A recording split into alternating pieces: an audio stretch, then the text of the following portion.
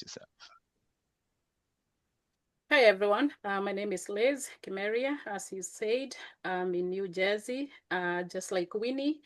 I am definitely not a professional. I'm still learning a lot of this college stuff, but I do have one daughter in college, second year. She's doing finance. So I can only share my experience as a parent, not necessarily not a professional, definitely not a professional. And I'm excited to be here. I was introduced to the group by Sarah, who lives here in New Jersey. Sarah Munyere, she's a good friend of mine. For those of us who know Sarah, Sarah is the Geoffrey of the East Coast. She does a lot of these forums, and she has been very, very, very helpful, especially to our group here in St. Louis. Welcome, Liz. Our next panelist is Dr. Priscilla Washira. She's known to most of you. She's interacted in most of our forums. I feel like we have used her for everything, and we are still using her. We will not stop until we drain her tank. Welcome, Dr. Priscilla. That's a new one. Thank you so much. It's an honor to be here. I am coming in with an educational background, also licensed professional counselor. So definitely have worked with students who are navigating that transitional identity and just overall experience. So I hope to provide feedback and insight to help parents assist them as they are transitioning through the various life stages of academia. Thank you for having me. Absolutely. Thank you, Priscilla. Last but not least is the host, our own, from St. Louis, Missouri, Rose Jenger. Hello, everyone.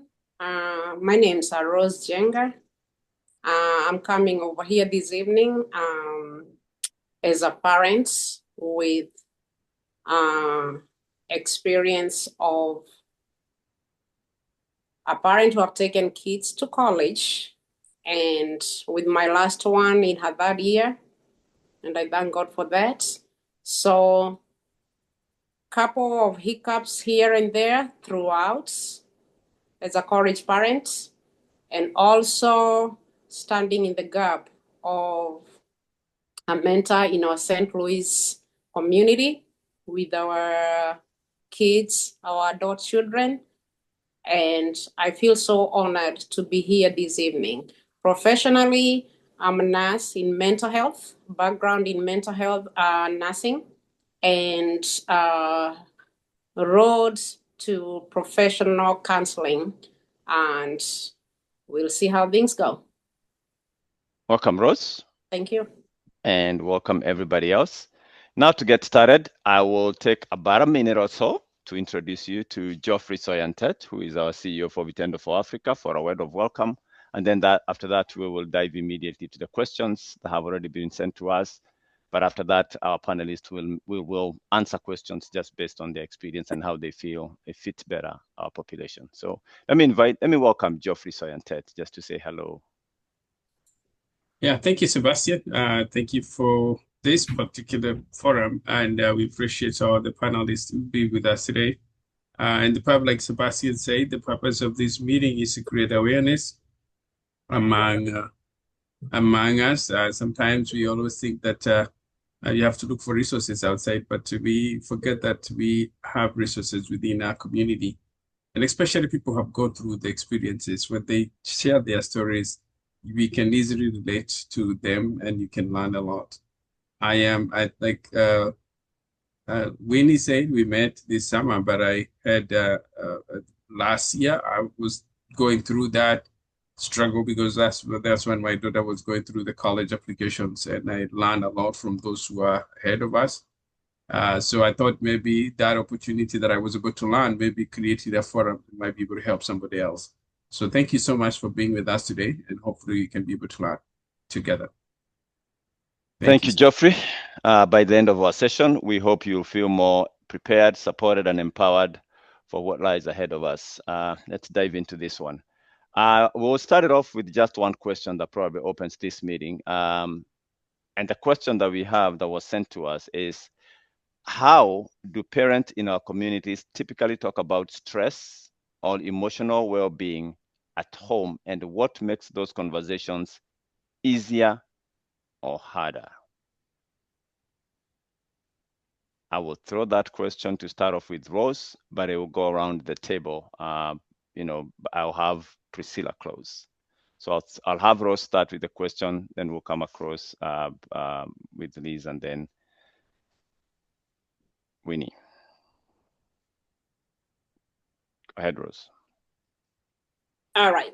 So the question about how parents talk about emotional stress and the well-being in our community, I do believe mostly it's trying to balance between cultures and also trying to balance between work and families.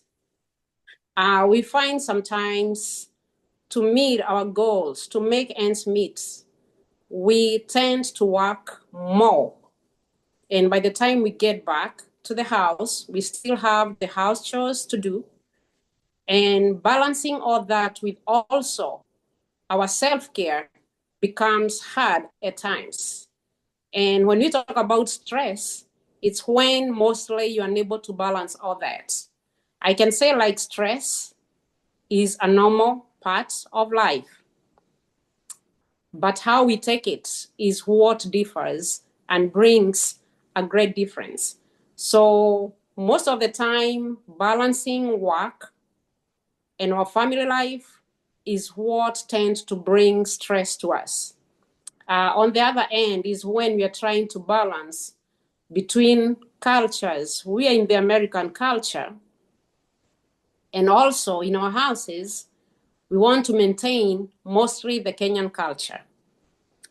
Too unfortunate when we have our kids who are more than 90% covered in the American culture time. The minute they leave the house in the morning, the minute they come back in the evening, the balance that we want us to maintain or we want them to maintain with us, sometimes we don't meet those goals and we tend to see it as stress. So to me, I can actually say those are the two things that I feel like they kind of bring stress, or we try to talk about stress when we are unable to balance those things. And probably we need to understand how to balance those two things.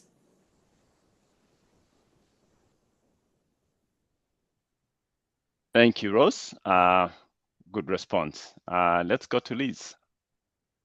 For me, I would say obviously there's always going to be stress. And like Rose was saying, especially when it comes to culture, because I have my own expectation, the way I bring up my child, the way I was brought up in Kenya. And obviously we have other stress that are not our kids related, personal stress, work related stress, whatever it is that you're going through. And then at the end of the day, when everybody come home, maybe even your child has stress or your kids have stress from school, from their friends. So there's a lot going on. What I found helpful for me is to have a support system in the family and outside of the family, like my daughter's godmother and other people. Very few. I have a very, very small circle. And I know sometimes when you're stressed as a parent, again, based on how we were brought up, sometimes you want to scream and pull up your hair. And that's when you want to back up and just chill. And because screaming doesn't help, dictating doesn't help, it doesn't work when you say it's my way. That doesn't work because these kids will ask you question why. We grew up our parents saying because I said so. We don't say that to them because they always insist you give them an answer. So the support system for me, I found that has been very, very helpful for me to deal with stress.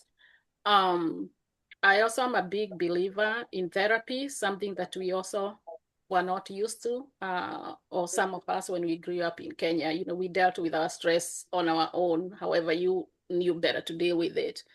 In high school, like if there's challenges or your child has challenges, for me, I found that whenever my daughter had challenges, like I had noticed there was a time she wasn't doing her work, she wasn't doing her project, and we tried to work that out. And I encourage her to go speak to the counselor, because they have professionals. The way I'll deal with some of the things, from a parent point of view, is so different than the way a professional is able to assist her to like be organized and do this. Why are you always forgetting to do this? And the other, for me as a parent, I'm like, did you know you had project to do? Why didn't you do your project? The teacher email, that's the way I want to approach it. Obviously, that doesn't work.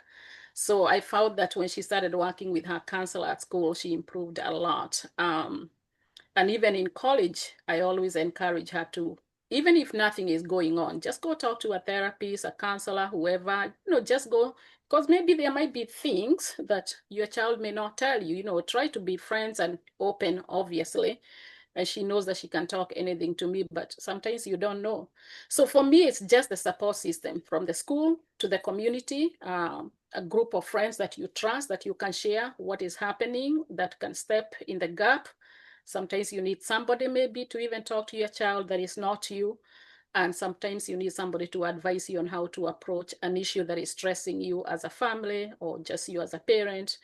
And also, the kids, it's not just us that are stressed. Sometimes it's them. They have stress, they have peer pressure, they have social media stress, and some of the stresses they are dealing with, we don't know sometimes know how to help them because we never had to deal with that type of stress.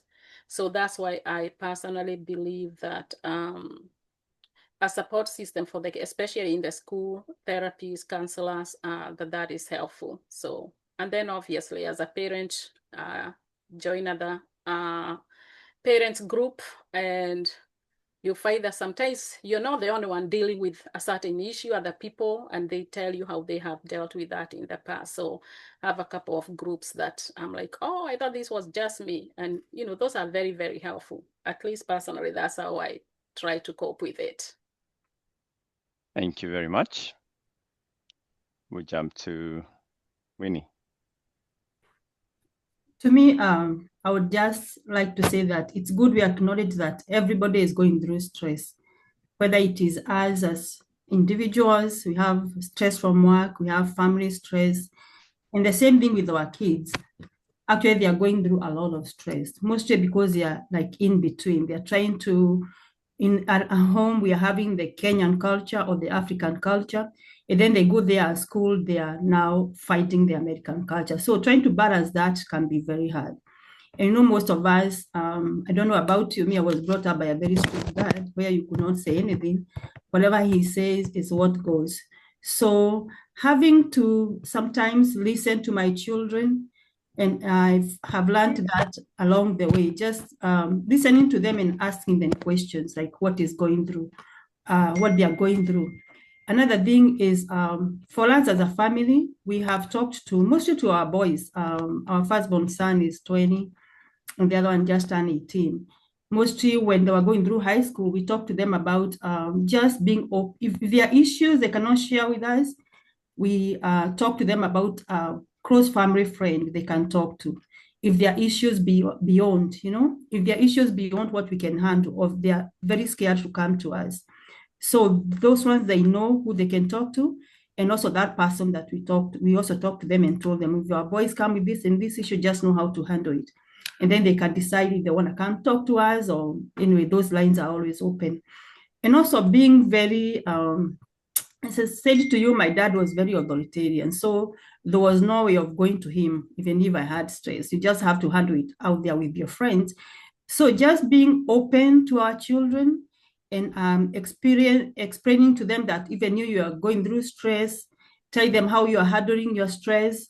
And also for us, we also have like family meetings, like most of the time, those changes because of different schedules, especially when kids are going through college application in their last year of high school. we were able to have like family meetings or family devotion. And that's now when we can ask questions to our children, ask them, how was your day? How are things going on for you? And then probably when they are going to school in the morning, we'll drive them to school and also continue with the conversation. So we that one made us to be very like open and to know that we are not judgmental.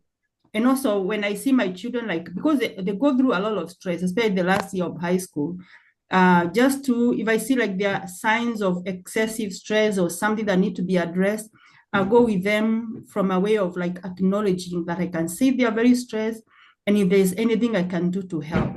So not going to them in a judgmental way, but going to them in a way that I'm trying to bring a solution, or it's something that we can work together. And knowing that as parents, we are always there for them. Even if the world out there is very hard and very harsh for them, just to tell them that they have a safe space at home.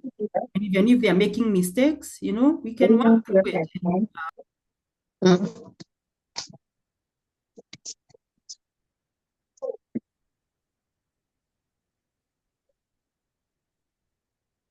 Sorry, I think. Yeah, that's most of what I would say. Thank you. Thank you so much, Winnie. Now, Priscilla, as you come to that question, I want you to tie it up with a question that was said that I think will also come pretty good with this. And I want you to approach it from three perspectives. One, as an educator, two, as a professional, and number three, as a person who has gone through that process and where you are now, however you tie it. What strategies have helped you to cope with stress in this particular area, and in particular of family setup, in particular area of a professional, and in particular area of transitioning as a student? And what strategies do you employ, or did you employ, or continue to employ, and would those strategies work, tying them with the answers that we have received in the question that was posed? Okay. So first I want to acknowledge the parents that have spoken. I heard a lot of language regarding my father or my parents used to do this. And I think we need to reverse back to the familial structure that is built in regards to how the parents parented the parents that are here now. And so what we're seeing is a lot of survival based parenting that is shaped by migration. We have to look at our colonial history and that intergenerational hardship. So when families migrate to this new space, um, education is a lifetime investment. And so stress may not necessarily be talked about from a Western perspective. We may not say, how are you feeling? Instead, using language as in, you have to push through, or this is how life is, or we didn't come this far for nothing. We came here to start a new life. We're putting money into this. And so instead of having conversations that are from a resiliency based perspective, the unfortunate thing that tends to happen, and having parents who are aware of this is key. Um, a lot of the language that is used is uh, success is more of a collective thing. This education is for our family, and it is, but sometimes parents can feel that pressure to guide their children without knowing the system. But here today, we have a panel that is leaning into that is aware of the way I was parented cannot be brought into how I'm parenting now. And that's where we even talk about the spiritual piece of cutting those generational curses or those generational systems of parenting, and leaning into more of the mental health acceptance, where we can actually discuss stress instead of discussing stress indirectly, whether it's immigration stress, whether it's adjusting to academic stress. So I think the final piece I would say is, at least for us as Kenyans or from the diaspora, instead of using language that the Western would use, because it is new to us, um, maybe framing the questions from how are you navigating this experience instead of how are you feeling? because both parties are still adjusting to this new language, right? And so the parent may feel uncomfortable to start a conversation with, how are you feeling? Because we have to look at the past. That was not demonstrated to them. That is not our history, unfortunately. But immigrating to this new space, we can now rewrite that. So one of the ways that parents can talk to their children and navigate this is framing mental health from a functioning place instead of feeling. So, how are you coping? How is your energy? Rather than how do you feel? And connecting emotional well-being to success. So, wow, today you had a good day. It sounds as if you're doing better mentally. That's a way to frame it. And also normalizing stress as transitional. I think the first thing we need to really acknowledge and kind of set the foundation here is stress is not a negative thing. Stress is actually highlighting that something is happening. There's a big transition that's happening, and everybody cares about it. So we want to lean into it. And if we frame it that way, it removes the sense of, oh my goodness, this angst, this feeling of dread. No, stress is just letting us know we need to prepare and prepare well. So to answer your question, Mr. Sebastian, how did I navigate this? Um, I think my father played a big role. He was more of the ac- academic cheerleader, and he understood that we needed spaces to adjust. He didn't rush us to get everything together. He would ask us, what is it that you are navigating and what is it that you are not? And he welcomed questions, right? And I think that allowed us to explore how to set up our academic success, because the way one student studies may not be the way another studies. So all of that behavior plays a role into the success. And I think that's what he did well, is to highlight our strengths, and give us that space to share our experiences. So he didn't view us being behind as a negative thing. He viewed it more as, okay, this is an area I can step in and bridge those gaps. So right now, as I'm completing my doctorate, I will just say the uncertainty does not end, but it becomes more manageable. Again, the academic experience is transitional.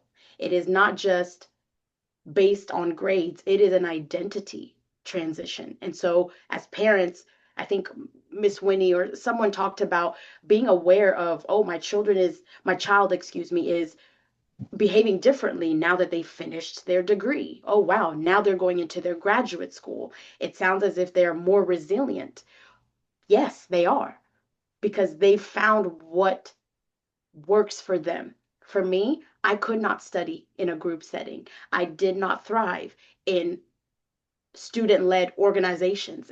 As much as those are good, I could not be in those groups because I would neglect studying. And so my parents had to just accept that I would not be amongst the campus events. I would be more solo studying because that is what worked for me. Whereas my siblings could balance both.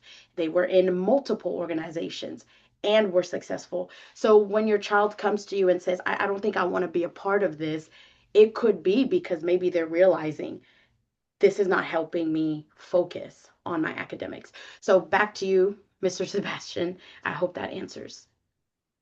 Beautiful. I think there is one thing that across all our panelists is understanding how stress is transitional. We are not running away from it.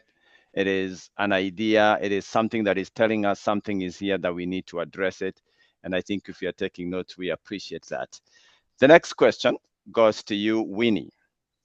What has been the most stressful part of preparing your child for college so far? And what is one thing that you would tell every parent?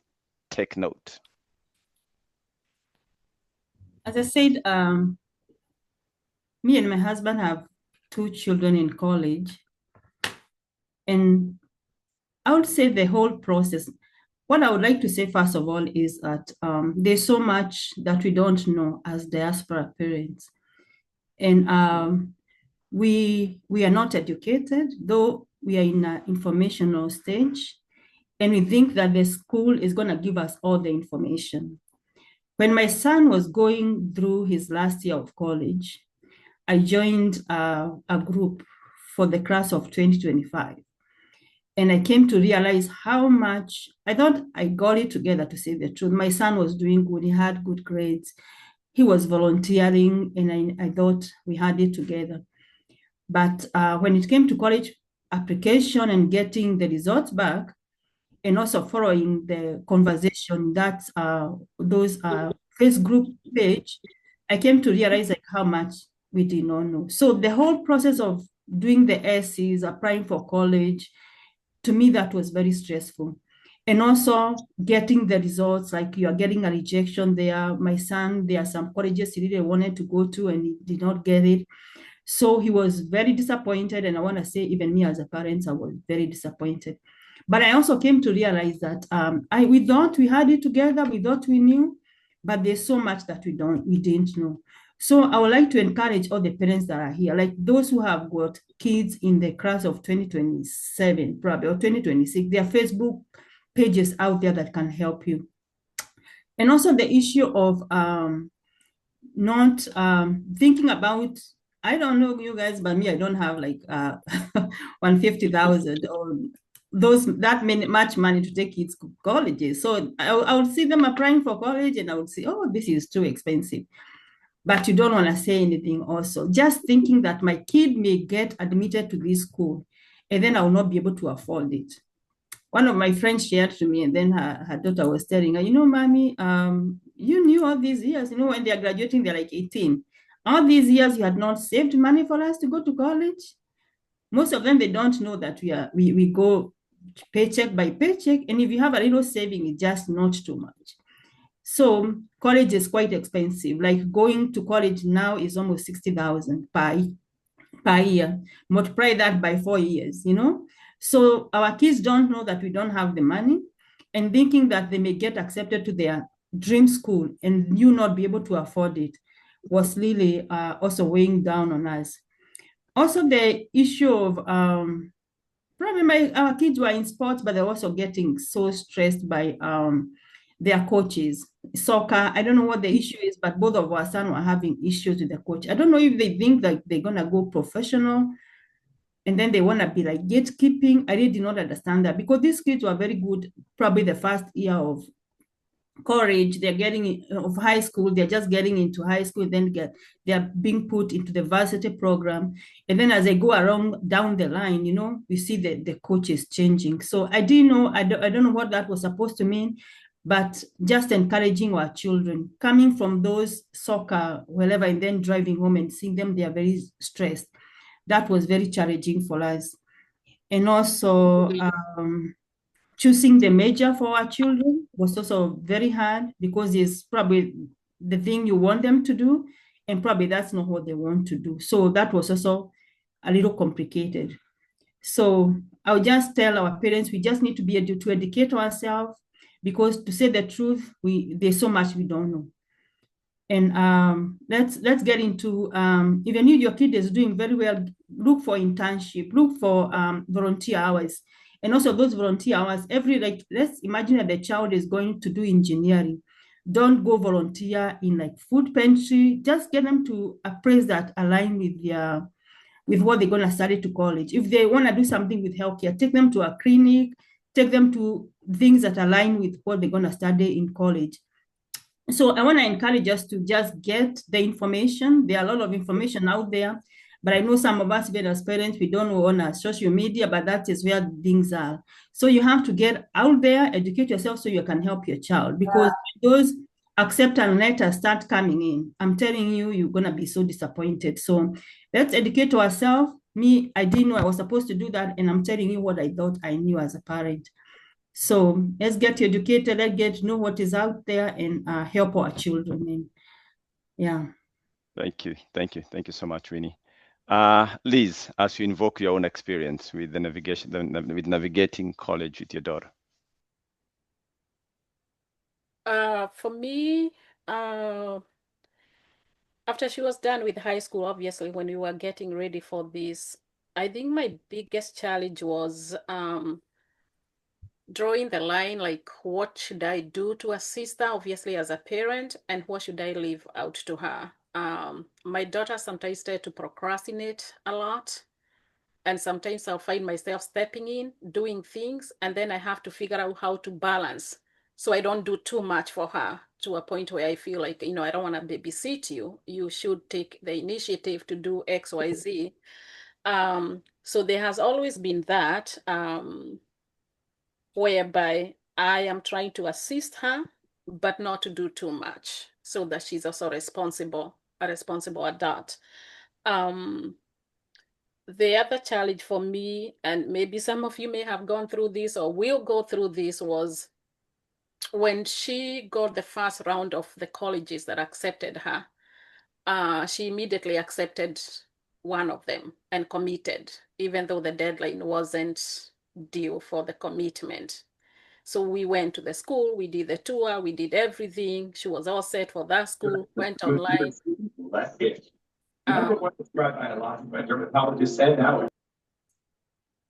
All right, so went online and started like mingling with the other students and all that. Then about probably a month later, another acceptance letter came. And she decided now, even though she had committed to this university, she's gonna go to this other university, which was out of state. And right there, stress kicked in. And like Queen was saying, obviously, when a child goes out of state, it means you have to pay more money. And but we went and toured the college, and it was really good. We researched a lot about the college. It was a very, very good college. And so I had to support her, even though we had committed to this other university in my state. So those were things. But because she had scholarship, I did support her in attending that out of state university. And as far as the money, there was a lot of money that are out of pocket money, because she could not get scholarship, or rather, she could not get state money from New Jersey because she was going to to university in another state. So she lost that money that is given to other students who are here locally. Then when we went to this other state, she could not get money from the state of Maryland because she is not a resident. So as a parent, you have to come up with that money. Obviously, the university had given her scholarship, but there was still a hefty, hefty amount of money. So I was talking to a friend, again, that's what I was talking to earlier about the support system. I was like, I can't believe all this money. And they say, why don't you write to the university and explain XYZ? And then she said, take the other scholarships that she's been offered by other colleges and let them compare. And that worked for us, because when I wrote this letter to the university, I said, hey, she really wants to come to your university. We have research, we've had good things, but she also has other universities, and this is what she's been offered. And she was able to get another extra $40,000 that I didn't have to come up with. So that can be stressful. So I would say if the deadline for commitment is not here yet, advise them not to commit, so that they don't commit to one university. You pay the registration, whatever enrollment fees, and all whatever fees you have to pay at the forefront. And then a couple of weeks later, a month later, another university that your child want to go to come in, and now they have to cancel this one and go to this other one. What else? Somebody mentioned about I think sports. My daughter was in tracks, but she pulled out, so that wasn't going to work. But she did volunteer. So if you have kids in high school, I guess they can get some scholarship through sports if they're in sports. But my daughter was able also to get some extra scholarship because of the volunteer work she had done. And volunteer work could be just as feeding the homeless people in a homeless shelter. She did theater in high school, and she would volunteer to do to do, what do you call it, lighting for the church. She also did lighting for another community, another town that is not even our town. And to this day, she still does lighting for her former high school when she's home. Whenever they have an event, they call her and she goes and she does lighting. So that helps a lot. So any type of volunteer work, whether it's in church, in the community, I think that's helped. That helps a lot. But that was my only challenge. To this day, I'm gonna wait for the professionals to tell us how to balance, when are you doing too much as a parent for your child, especially if they procrastinate. Um, I was talking to my daughter today and I was reminding her, hey, you got to feel FAFSA. FAFSA's been open since I don't know how long ago and she still hasn't filled it. So where do you draw the line? So you're not doing too much and they just wait for you to remind them. Thank you. And our next panelist, Rose, as you answer this question, I want to tie it a little bit. That way we also we are good with time. And she alluded to that, and that will go to Priscilla too. How do you balance your own expectation for your child's future with their personal goals as you answer this question of what has been the most stressful part of you preparing your child for college? So you dip it twice, dip it as as a mother, then we come to the second part. How do you balance your own expectation for your child's future with their personal goals? Then we'll get to that. Oh, okay. Good question over there. So first, with my experience on my children through college life, I can say the three of them had different perspectives. And one thing, probably my answer to your second question will be in this. So the different perspectives, their different goals, we had to deal with each according to their goals, according to their perspectives. So what happens in college, one thing that I can say is you have to start the college discussion at an early age. The first year of high school, the second year of high school, you need to have goals on what do they want to do. When you come to this and getting to it in the third year of high school, some things will be passed by time. Discussing on what are your goals, what do you want to study for? That way you can be looking at the colleges that these kids can go to. Because we do have 3 ways of getting to college or 3 ways of finishing up college. The first thing that I can discuss is when we have the 2-year college for students in the A+ program. That one will happen that a kid will have a scholarship or will be in a 2-year college, community college, and then after the 2 years, they can join a 4-year college for the rest 2 years to finish up their program. That's easy. The second way is having the in-state, a tuition or application to a college within your state. Like Chris was explaining over there, that saves you a lot of out-of-state tuition. So it's cheaper with in-state tuition because you are accommodated by the state which you pay taxes. The other thing is the out-of-state tuition. That's costly because you're not covered in any way unless you have a lot of scholarship. Personally, I'll say all my children, they have gone through college in Missouri. In-state tuition has helped me. The 3 of them did not have scholarships. They looked for ways of getting or maneuvering their ways through college. If I can talk about the first one, she had ways of maneuvering her college ways. You get jobs in college that help you pay for some classes. Yes, we get our kids sometimes to work through. Let them know they can even pay a class. They can work. They are not a student 24/7. They can do some college jobs and make a living out of that. The other thing is getting the kid after the first year of college, whereby this is something that I had promised that I'll discuss with parents over here. The first year of college seems to be easier because when they are getting these applications, they get all these scholarships within the first year. That is like throwing some maize or some corn to chicken when you want to catch them. I translate that in our language. So that's what happens in the colleges over here. So you find these kids, they have a scholarship of 500 here, 1,000 here. So the first year, you find like the whole tuition is covered. So you chip in a little bit. But when it comes to the second year, you find no scholarship, little to no. So things become hard. And what I've seen is a lot of kids are kind of dropping from colleges, from universities within the second year. Reason, the first year went smoothly because there were scholarships. Second year, nothing to little. That way, as a parent, if you had not prepared like the 60,000 someone was talking about, then you end up losing it because you cannot handle that. But if we know that we have to prepare even the second, the third, and the fourth year with a lot of things, let these kids continue applying for small scholarships.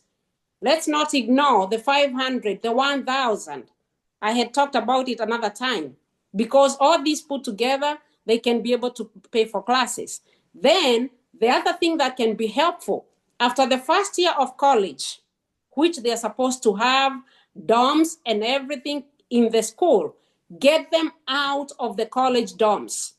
If I can tell you the truth, most of the total college tuition, almost 3/4, comes from the housing and food. Tuition is maybe a third of the whole tuition. So if you can manage to pay for tuition and get a rental house, that as a parent, you can get those houses outside the college, pay for it, and then manage, let the kids, they can take care of some bills, the small jobs I'm talking about. Help them the much you can. You can find out like you're not even using $700, $1,000 per month, and you can be able to maneuver that, which I did with my first daughter. The other thing is, if they can commute from college to home, and that's why in-state sometimes become easier. If they can get a college that they can drive like 30 minutes, sit down as a family, talk about all these possibilities and also impossibilities in navigating through the years. Because when you do that, this kid will be at least be prepared that if we go through the first year of college, yes, you're not going to drop the second year of college. What we're going to do is you can commute from college to home, and we make it through the year that we won't have funds to manage that. And that happened to my son. He was here at SIUE, which is a 25-minute drive. So the second year of college, he commuted from home and he managed. So that's another option. The other option, getting them out if they can, in a way that you have discussed. But when we get there to discuss it, it becomes hard because they don't have a second option. They don't have a third option. So like I said, planning ahead of time before their third year of high school is the best way. That way, they need to be aware of the 3 ways to get through college. If they are having an A+ program, that will help them for the 2 years. That's okay. Discuss it. Discuss the in-state. Discuss the out-of-state tuition. That way, you have everything on the table that if this becomes hard, then we can go for this. And that way, the preparation that you'll have as a family will help at least manage what will be manageable and at least get them through the 4 years. Thank you. Sebastian, I don't know whether your second question kind of pulled in from my discussion on that. It did. It actually did. Right. It actually did. I'm glad you addressed it. Priscilla, I will have you address the second part also of her question, because that was from the professional point of view. That is, how do you balance your expectations for your child's future with their personal goal? That should be your number one question. But when you're addressing that question, I also want you to address this question that is coming across here. How do you communicate expectations without creating pressure for your child, that is protecting their mental health? I know you are a very big advocate of mental health and protecting kids from that. Address that from the perspective also that Dr. Waigwa, as much as he wants you to follow your dream, you tell him you just want to be playing music. He knows that might not carry it all the very end. How do we communicate with our kids to make sure that as much as we are in this area, we also want you to make a living from what you're doing? I know it's tough for you, but you got to balance it. Thank you, thank you. I think to add on to Miss Rose, what she was saying, one of the things that my parents, basically, there were two decisions. If you get a full scholarship, go. If you don't, these were the rules. You're going to go to a community college. Community colleges are not just, oh, because this person didn't get into a 4 year. No, community colleges actually launch you into a 4 year. They're actually created for that and they save money. I did 2 years at a community college, and half of the tuition is what I was paying there, and transferred my credits to now the 4 year. So my parents were able to prepare for the last 2 years of my bachelor's. Uh, Miss Rose touched on the family dynamic. So at least for our family, it was set that we're going to pay the first year, the first 4 years, excuse me.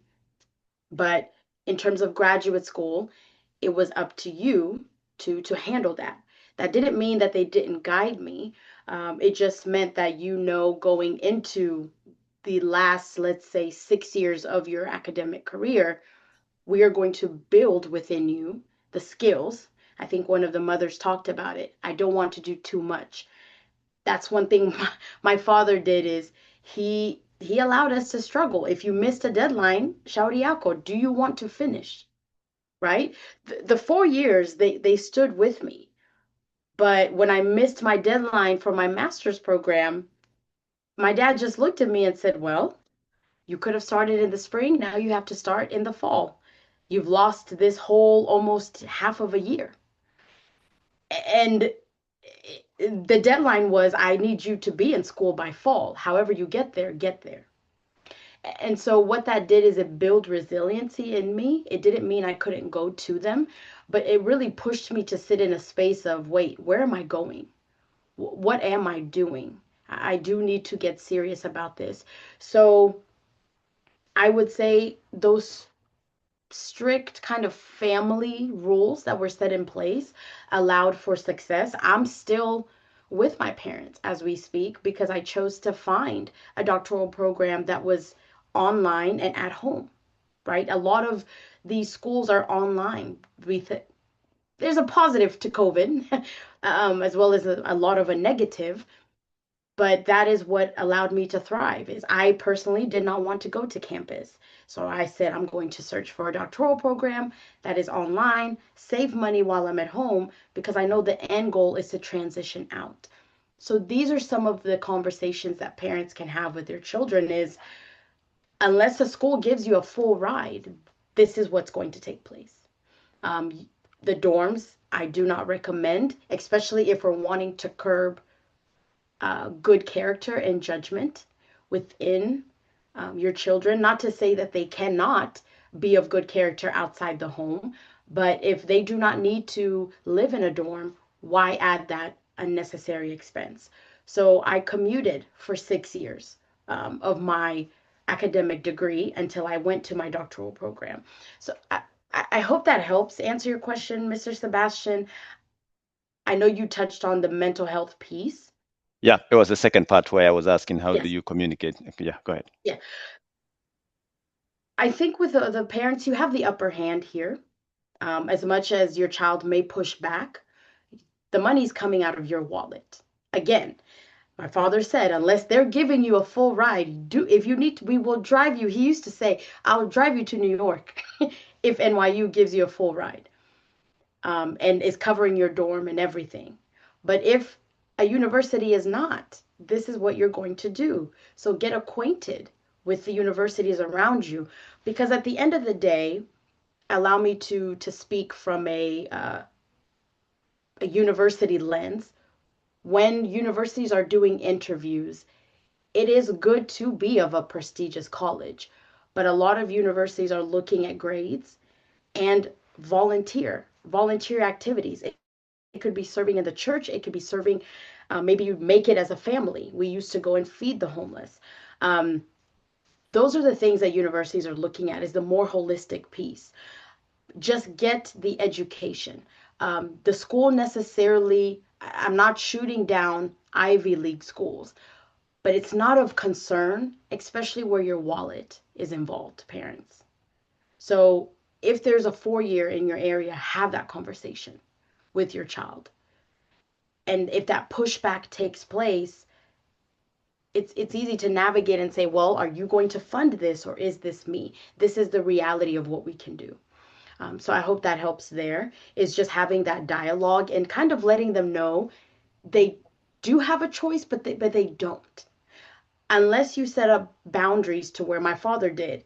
Graduate school is on you. Figure out how to get there. Well, I wasn't as proactive, so I had to go to graduate school within a 30-mile radius for me. Thank you. Thank you. Thank you. That is actually very helpful. I think what we are gathering from today is very important in terms of us getting people to understand the importance of community colleges, and also understanding the fact that if somebody wants to go to a particular school, there is no problem with that. As long as you get the scholarships to that school, we will be part and parcel of cheerleading team to take you to that place. But in terms of us sucking it up, just to be part of that process, and I think Liz was very profound in terms of explaining how expensive that can become. We are now at 6:59, and I want to just have 1 minute each. I'll give you 1 minute each. It's a parting question, but also if you have something you'd like to add, take us about 4 minutes. And this is mainly to help us now understand this whole thing of college and parenting is in your own, in your own culture, or rather as a parent who is an immigrant. What does success after college look like? How does that compare to what you see here in the US? And how are you going through it without putting anybody into stress or putting yourself into stress? It's a 1 minute answer or 2 minute answer if you go to the most before we get to the final part of it. And we'll start this one with Rose. In your own culture, what does success look like after college? Because that's where we start. What does it look like when they finish college, where you can say, we are looking at successful, this is successful, going to the fact that we have always been told that let them follow their dreams. And okay, I know where you're going after this, we'll still be with you. I also want to chip in and tell you, hey, this is where mostly you'll be able to harness your abilities, because we know abilities of our kids too. So in your own culture, what does success look like after college? How does that compare to what you see here in US, and how are you navigating that? I can say that success, in my perspective, is the first thing is accomplishing the goals. You went college to study for one program or the other. And from that, you can navigate towards your dream. Because what I can say, finishing college, we are talking about here, it's not about the undergrad. And this is where parents, we are mostly helping our kids navigate the first 4 years of college. That does not get you to your dream career. So at one point, you might feel like going to a grad school to do a master's program will get you more. So the first achievement of your undergrad program, did it get you to where you wanted to be? Because if you are where you wanted to be after the 4 years, then navigating the next years of what you want to be is possible. So still being at your path of what you want to be is what I count as success. Not getting there, it's being on that path. Because as you're in that path, you can continue navigating as you work, because you have to pay for these bills, life has to continue, and also you have to continue following your dream.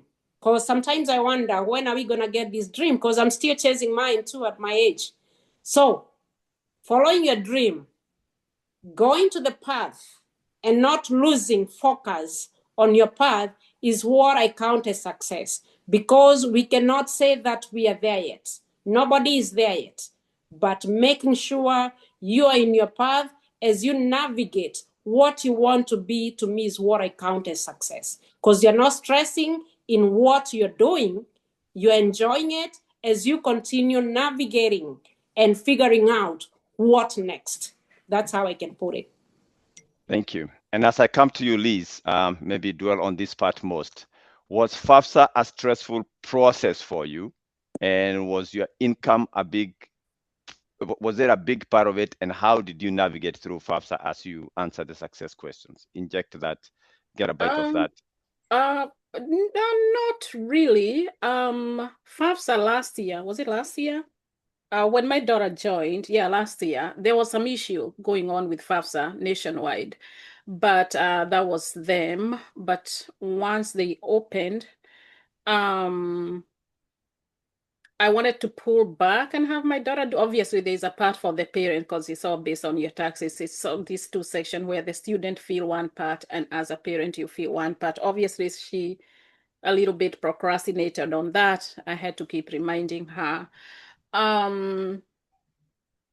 It was easy because it pulls from your income, from your IRS records. And then I guess they have like a table of income, if your income is this bracket, and I guess the number of people in the household. So she did qualify for that. The challenge was what I was just saying earlier, which we already discussed, her going out of state. So she could not get the state money. Trying to think about FAFSA. Well, we are back into it right now this year. But I didn't have any challenges with FAFSA, to be quite honest. It's pretty easy process. All right, Winnie. Also, go ahead. You had something else? Oh, no. I was going to say, unless you had any specific question as far as No, FAFSA. I just wanted you to say your experience with FAFSA as you completed it. It's been pretty much okay. And as we get to Winnie, the biggest problem we have seen with our parents is you've never discussed your income with your children. So as they pick colleges, they are picking colleges based on how you have held the household. In terms of income, they have never known how much money you make.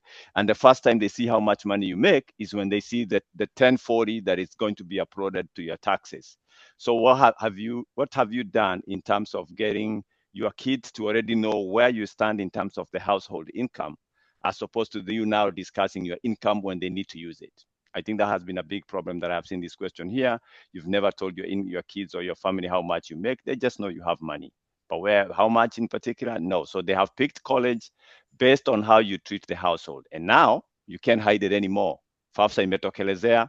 You have to upload your 1040. You have to show your W-2. And all of a sudden you're telling them we don't have money or we don't make enough money. Or the vice versa. They come and discover and say, Mom, I did not know we have this much money. What have you been doing with your money? Sending Kenya? So Winnie, come up, take a bite of this. How do you define success, and how did this FAFSA thing come to you? And was income an issue for you? Let me say that FAFSA was a little challenging for me. I think we did it on this table, I remember.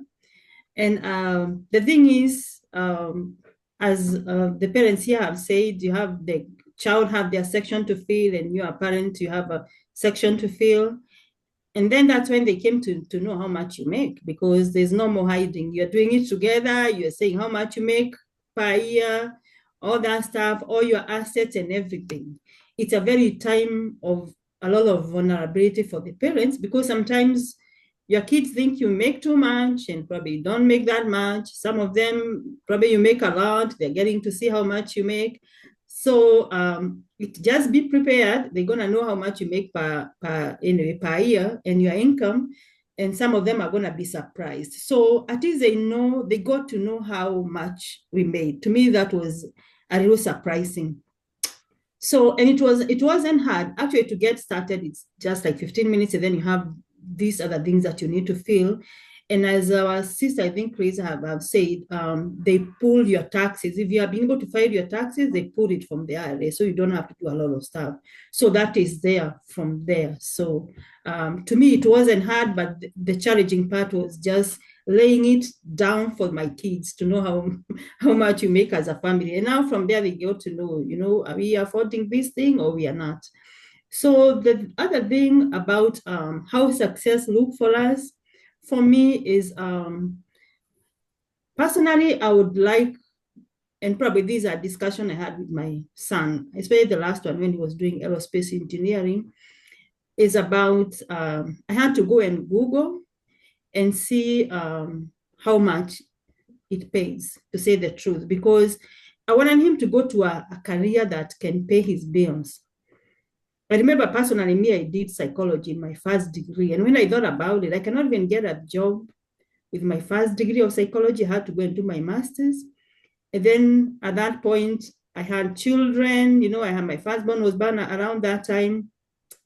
And I could not, like that one could not help me get a good job to be able to take care of some of the bills, even if my husband was working. So whatever career they are taking, it has to, financially, it has to make sense, because we don't want them to pick up a career of which, even after the 4 years are done, they cannot be able to pay their bills, and life is going to be hard for them. So that those are conversations probably you need to have with your children. I will not force them to pick a career that they don't want to pick, but probably I will let them know, and I will go together and see how much is this going to pay at the end of the day. And also of doing something they are passionate about. It can take like even up to the PhD level for them to get a good job, but they have to know that they will be working other jobs in between to be able to sustain themselves, because there's no way after he's done with his first degree, I was still going to be paying gas for his car or doing all those other things. So to me, it has to make sense financially. And also, even if it doesn't make sense after the first degree, they have to be on that path, knowing that they have a goal, and at the end of it all, they will be able to.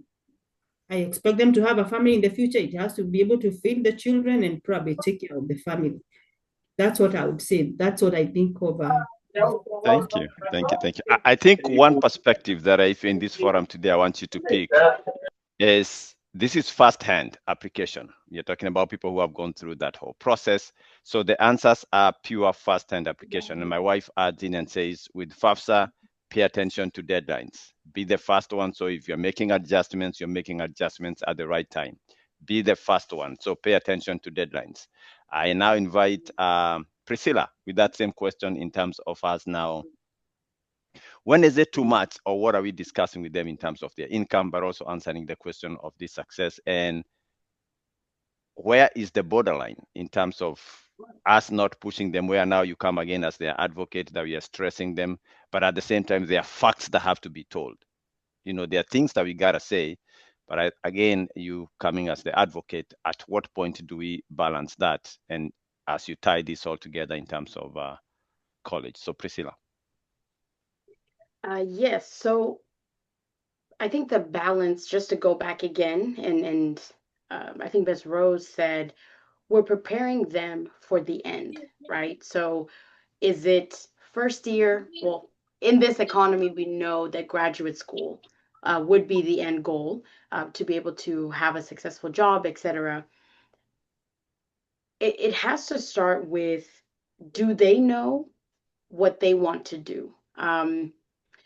Because it's a commitment, right? It's a financial investment. And so it's not just I want to go because I've seen this and it looks cool. No, do you understand the discipline that you're studying? Have you looked at the types of classes you'll be taking? And so that's where the parent can come in and have that conversation of, this will be your future. Doing this, does this bring you happiness? Or is it just what you're seeing right now? I'll share a quick story. I was going to go into veterinary school because I thought I could work for the safaris back home. I wanted to be around the animals. I thought they were cool.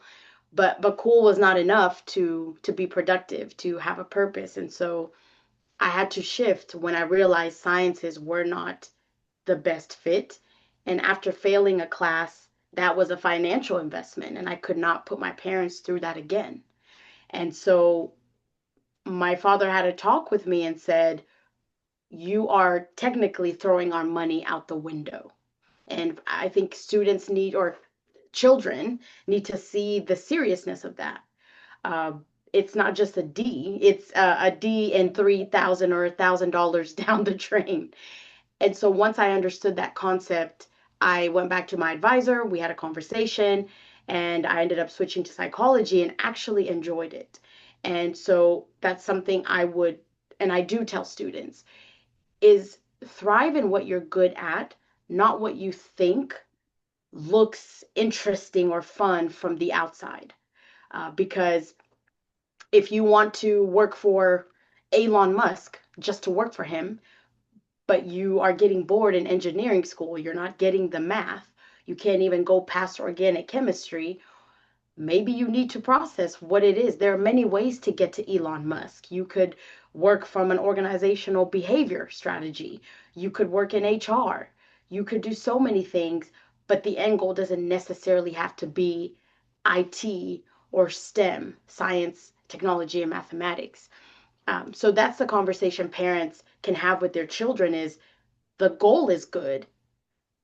There are many ways to get to it. And it may not be heavy science, it may be social science, it may not be math, it may be English. Find your strengths and work at them. So that's what I would say from there, Mr. Sebastian. Thank you, thank you, thank you, thank you very much. This puts us at exactly 7:15, and that is the time that we agreed. Our goal today was to make sure that we stay involved in our children's college journey, but also while giving them the independence. But we have to be part of that journey, and also being able to provide the resources, and that the finance cannot be escaped in itself from what everybody has had here. I think what from the conversation and what Priscilla is concluding, if you get a D because I was supporting you without necessarily involving you into the whole controversy or the whole process, that means there's D and money gone because you probably have to retake the class to stay into your field. So I want to say thank you. I don't know if we have any question that is shoot out there. I think I touched most of them. Go ahead. Um, I would just like to kind of go out of pivot, and I hope she's at a place where she can talk really quickly. We have a recent graduate with us, and I would like for her to just touch on what helped her succeed, and from the graduate perspective, looking in, how could she advise parents? And she's Dr. Joy. So if you don't mind, Mr. Sebastian, Absolutely. I give she's her my about. yes, she's my age mate as well, so I think that's helpful. Dr. Joy, if you are there, I put her on the spot, so That's what they go to school for. To be yes, put on the yes. spot. Yeah. Dr. Joy Kirigo, karibu.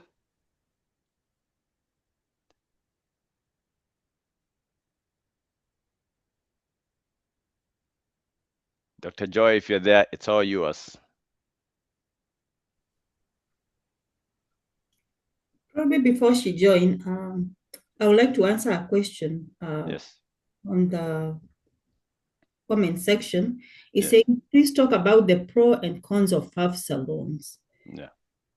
I don't think FAFSA loan is to help it. Most of us, to say the truth, do not qualify for FAFSA is not for loans. Let me just say that. You can go apply for loans afterwards, but FAFSA is just to help the school know how much probably scholarship can give to you, according to my understanding. And every parent, no matter how much you make, we are expected to fill the FAFSA forms. You're supposed to do that. But most of the time, most of us, like, if you're not like, if you don't qualify like for food stamps and things like that, you may not qualify for money from the government. You can qualify for other scholarships, but not FAFSA. I would just like to say it is not. There's no connection between that and the loans, according to me. But I don't know what other parents can say. But they will be able to gauge how much money you can get from the government after you fill that form, according to your income. But it is not like you are applying for loans. But everybody is supposed to fill the FAFSA forms. That's how they come to find out how much money you make when you tell them we don't qualify. They're like, why? We make a lot of money. What do you mean? Mhm. Is Joy there? Can we go? If not, that is okay. Okay. Just to chime in with the FAFSA, I know even for my doctoral program, uh, applying for it gave me grants. And so those are things you do not have to pay. And so for me, it was just continually applying just to get maybe $4,000, but it's, split up into those semesters. $1,000 on top of the installment plan can cover quite a bit.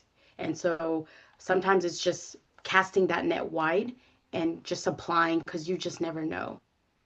But back to you, Mr. Sebastian. Yeah, that's true. I think if you have a question today, completing FAFSA is often the first step in making college affordable, even if you think you won't qualify. Many schools require that to be completed, as Joy alluded to, and that's for grants, work study programs, federal students loans, all that will be there. There are qualifications that you have to have, but think of it as being the first step in terms of you completing any college. So let me take this opportunity to thank everybody for your time, for your sacrifice.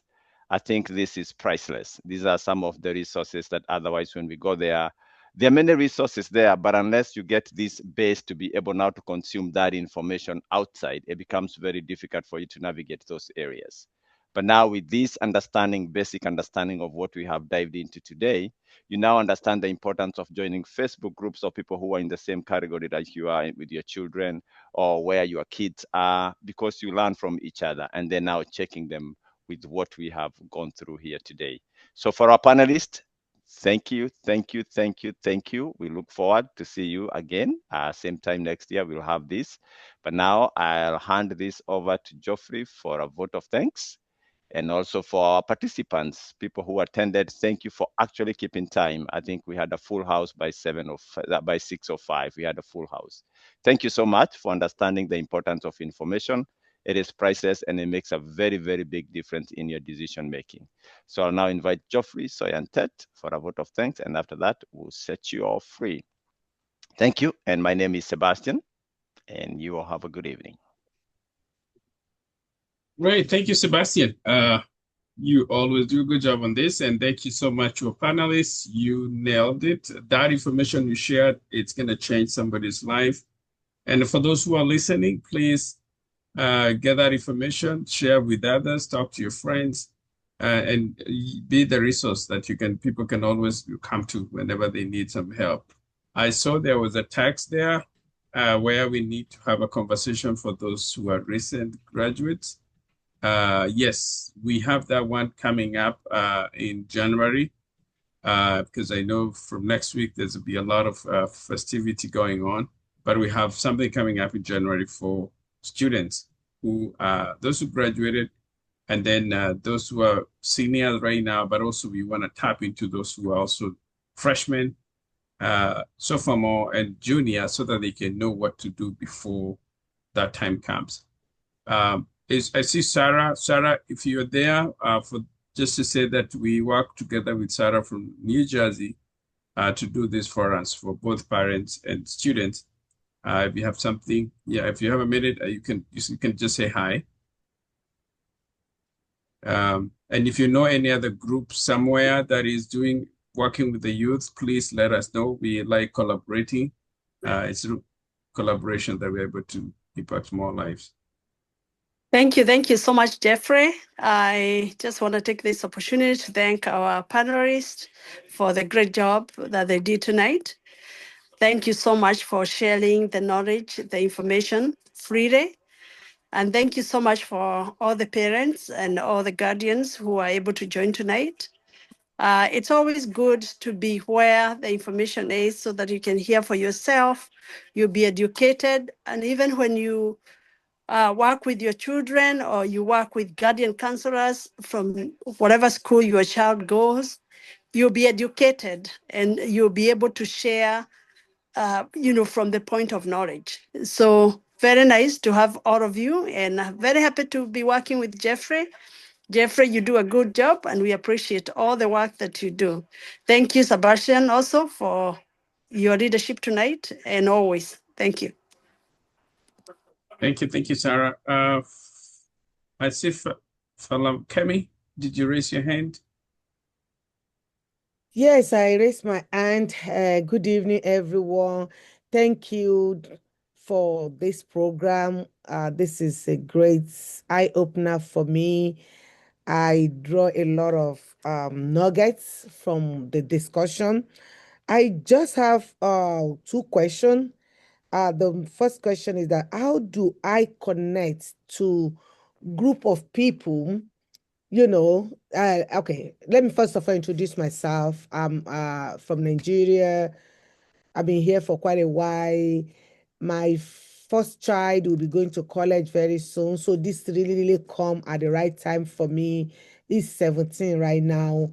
And I didn't even have any clue on anything to do, but I just like when I get to the bridge, I will cross it. So I'm glad something like this come up at this time.